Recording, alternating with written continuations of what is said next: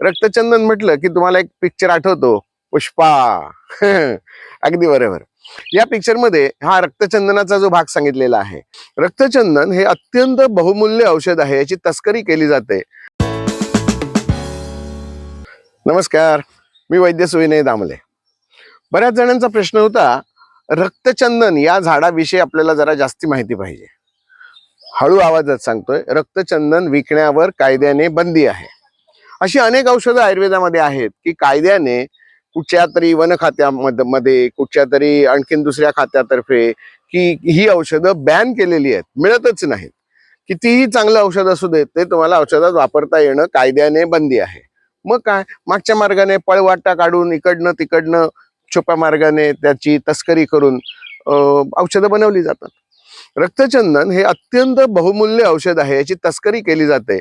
रक्तचंदन म्हटलं की तुम्हाला एक पिक्चर आठवतो, पुष्पा. अगदी बरोबर. या पिक्चर मध्ये हा रक्तचंदनाचा जो भाग सांगितलेला आहे, हे सगळं तस्करीसाठी वापरलं जातं. आणि त्यामुळे भारतामध्ये त्याच्यापासून पूर्वी जे औषधाचे उपयोग होत होते, सौंदर्य प्रसाधनं तर बनवली जातच होती, परंतु अत्यंत बहुमूल्य हृदयावरची, कॅन्सरवरची अशी औषधं बनवली जात होती. आजही रक्तचंदन बाजारामध्ये उपलब्ध आहे. कोणाकडे आहे? पूजा विधी, पूजा साहित्य जिथे विकत मिळतं ना, तिथे आहे. म्हणजे दर्भ, समिधा, धूप, कापूर किंवा गंगाजल वगैरे जिथे मिळतं ना, पूजा साहित्य जिथे, देवपूजेचं साहित्य, तिथे रक्तचंदन नावाची एक लाकडी लाल रंगाची बाहुली मिळते. आमच्या कोकणामध्ये ती बाहुली अशी विकत मिळते, लाल बाहुली असं त्याला म्हणतात. आणि त्या बाहुलीला असे डोळे असतात, कान असतात, डोकं असतं, हात पाय असं कोरलेले असतात, छोटं छोटं केलेलं असतं. आणि ज्या अवयवामध्ये दोष आहे, तो अवयव त्या बाहुलीचा घासायचा आणि त्याचा लेप लावायचा किंवा ते औषध पोटात घ्यायचं. म्हणजे पायात समजा दोष असेल तर पाय उगाळायचा आणि मग तो पाय, श्रद्धा आहे ही. अर्थात संपूर्ण लाकूड तेच आहे, पण पायाचा भाग दुखत असेल पायाकडनं उगाळायचं, डोक्याचा भाग दुखत असेल तर डोक्याकडनं उगाळायचं.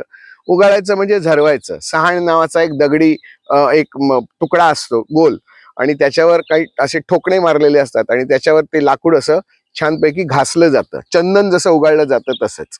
चंदन आणि रक्तचंदन दोघांमध्ये जमीन आसमानाचा फरक आहे. चंदनाचे गुण सुद्धा आयुर्वेदात सांगितलेत, आपण कधीतरी त्याचा एक वेगळा व्हिडिओ बनवू. आज रक्तचंदनाविषयी माहिती घ्यायची. रक्तचंदन देवाला सुद्धा वापरलं जातं. मधल्या बोटाने किंवा तर्जनीने हे लावलं जातं. दिसायला एकदम लाल, कुंकू जसं असतं ना, अगदी तसंच. स्पर्शाला थंड असतं. कुठेही आलेली सूज, मुरगळणं किंवा फ्रॅक्चर झालेलं असेल किंवा मुकामार असेल, दुख असेल, आपटलेलं असेल, टिअर असेल, तर इथे याचा लेप लावायला सांगितलेला आहे. उगाळायचा, जरासा गरम करायचा. गरम करणं म्हणजे त्याला खता काढणं असं आमच्या कोकणामध्ये म्हणतात.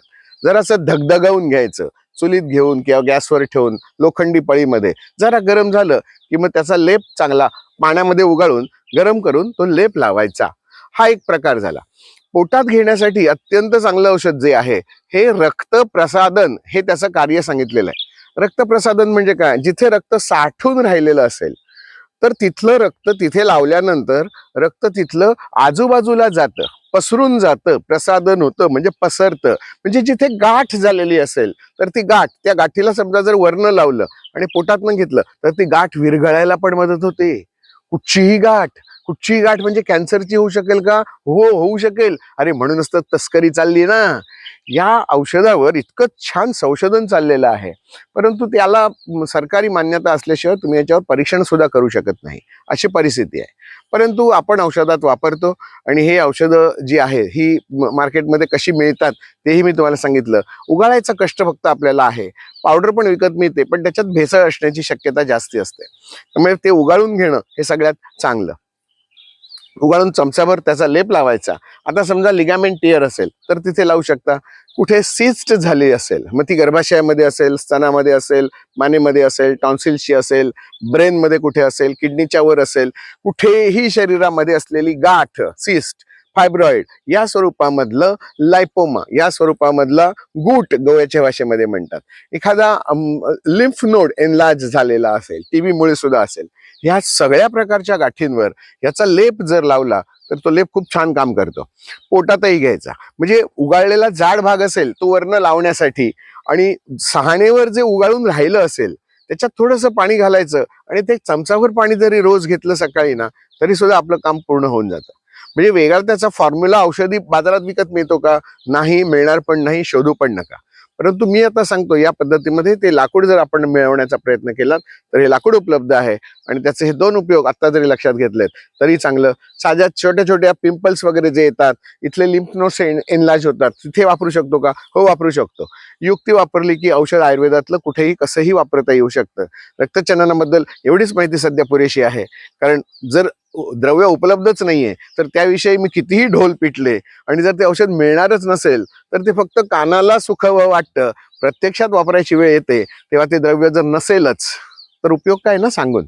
म्हणून म्हटलं की जर मिळत असेल तर मिळवा आणि जर मिळालं तर तुमच्या घरात अमृत आहे. धन्यवाद.